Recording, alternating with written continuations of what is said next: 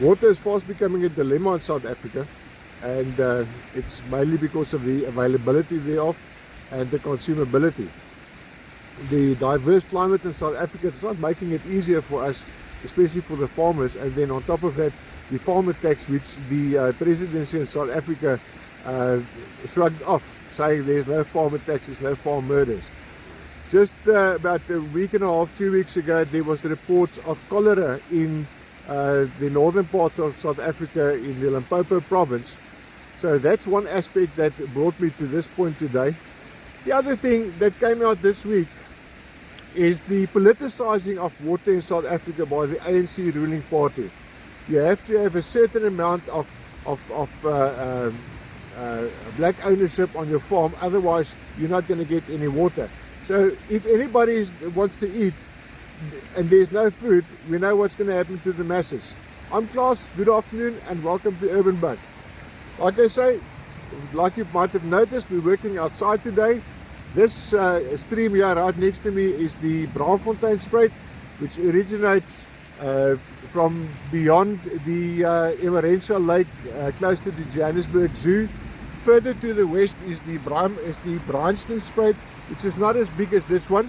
And then another, even smaller than the Brahmies, is the Zandspruit, which with a bit of luck we will try and investigate tomorrow, because there's quite a lot to see, there's quite a lot to show you, so that if you look at that, then you can start thinking about what the threat in the city of Johannesburg is with regards to cholera.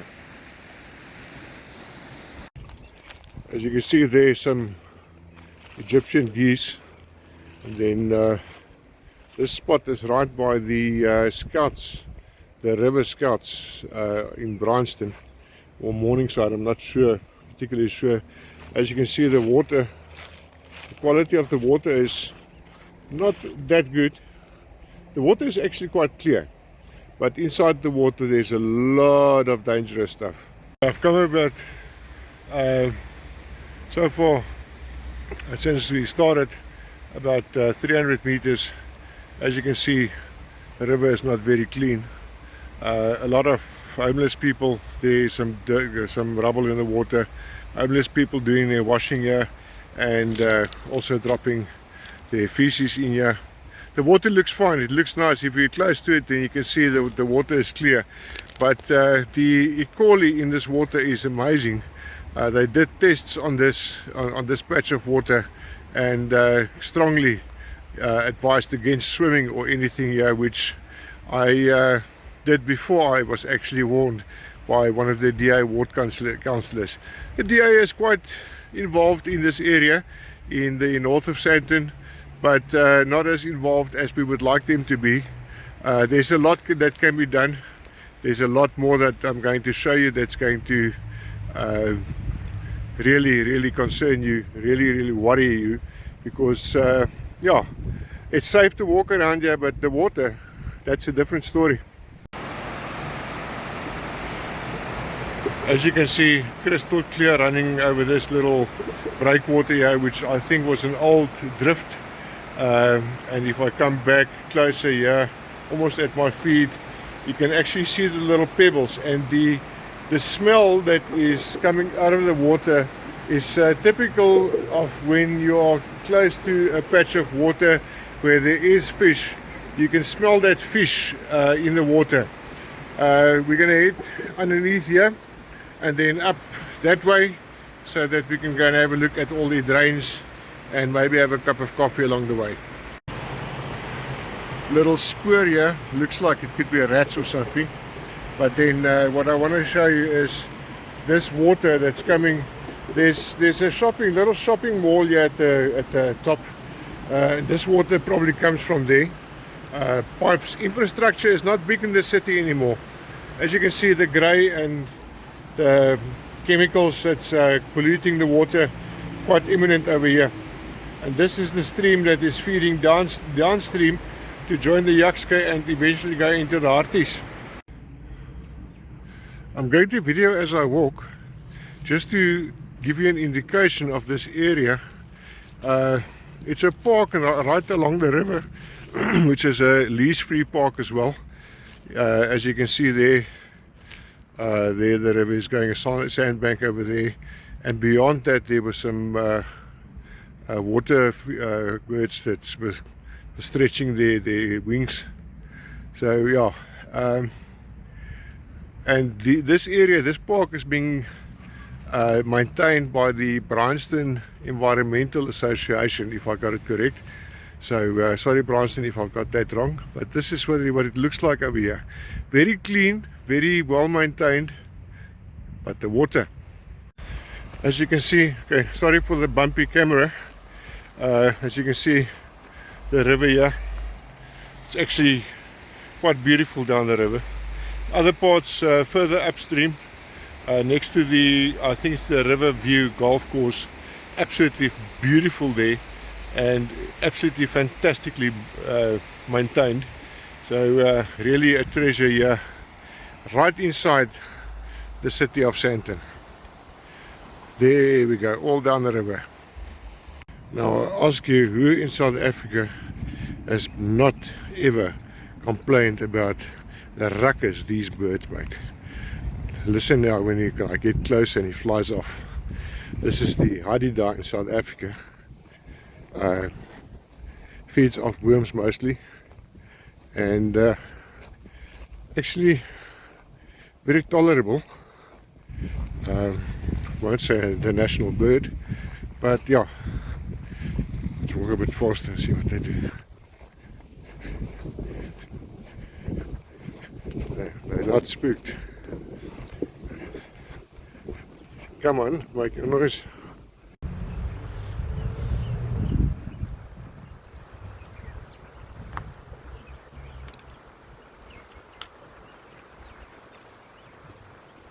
Nice, no? Very nice. You know what? And it's something that came up with me while I was walking now from the previous point where we did a piece on the hadida. They're free. And I just started thinking, and I started calculating over a space of around about 400 years. A lot of people like myself, a lot of my friends are not young anymore, because over a space of so many years, and I'm not just talking as Boers, I'm talking about guys that was fighting alongside our Boers. So many people gave their lives for this country, and now this country is about to be consumed by forces that is really, really not friendly for South Africa. So you want to give this country a fighting chance? Are you prepared to spill a drop of blood, maybe even a bucket, give your life? I know it's easy to say, but I'm talking to you this afternoon. This is your country. Go and look on YouTube. There's a guy called Skid Marks, of Brickmerk, also known as aka Skid Marks. He's taking all these things and he's putting it right in front of your eyes. And if you don't start listening to things like that, really, that is where the truth lies. Go and have a look at what Colin is doing. He's doing a tremendous job. And he is giving you the right information. That guy is very analytical. And no, I'm not trying to find favor in your eyes, Colin. It's really a lot of us that's following you are perceiving you. But you are really doing a tremendous job to show us here on the ground what's actually going on outside. You look at the bigger picture, and I dare anybody of you that's looking at this video to go and search for him on YouTube. What are fuck moments? Go and hear what Colin has got to say. He thinks much wider than the average guy on the street. I'm going to have a bit of water here, just a quick rest. This is my normal stop along this route. And then I'm going to head down, and then we're going to go into the filthy territory. Even filthier than what I showed you underneath the bridge.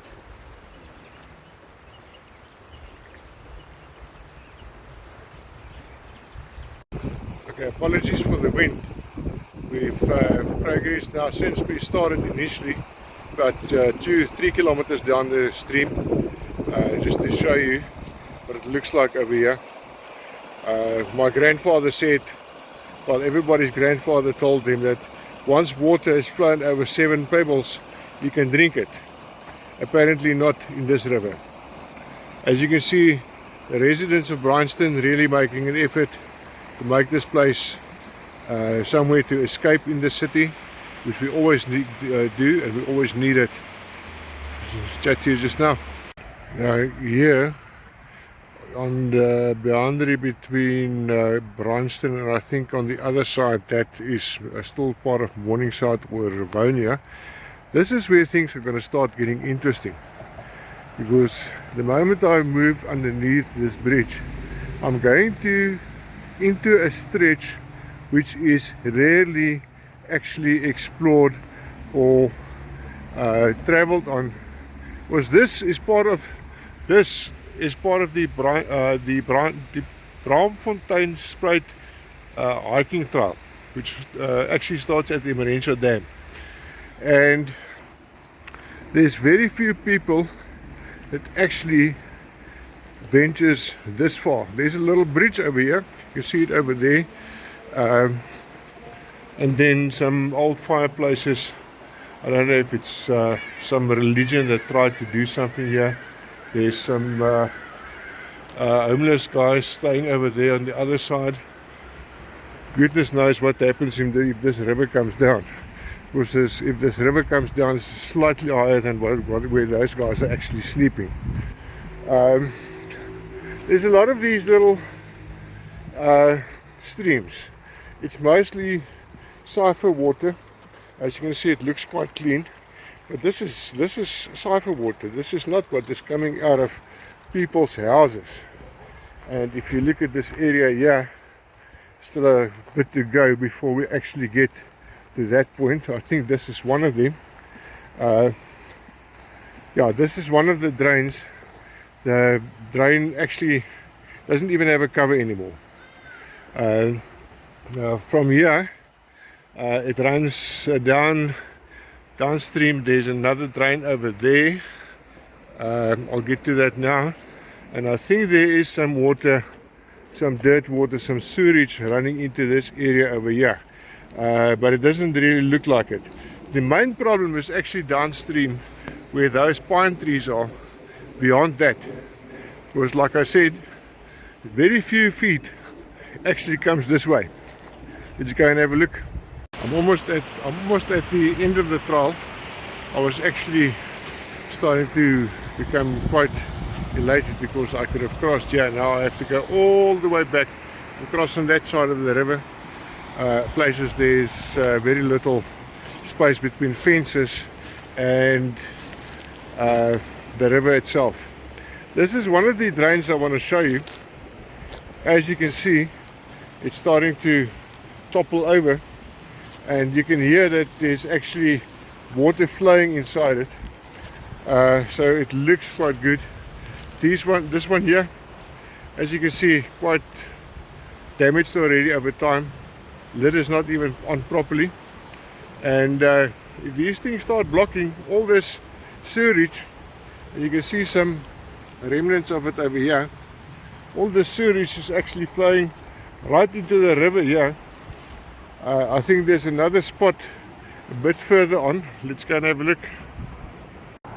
Okay, I think you can see this slab lying over here.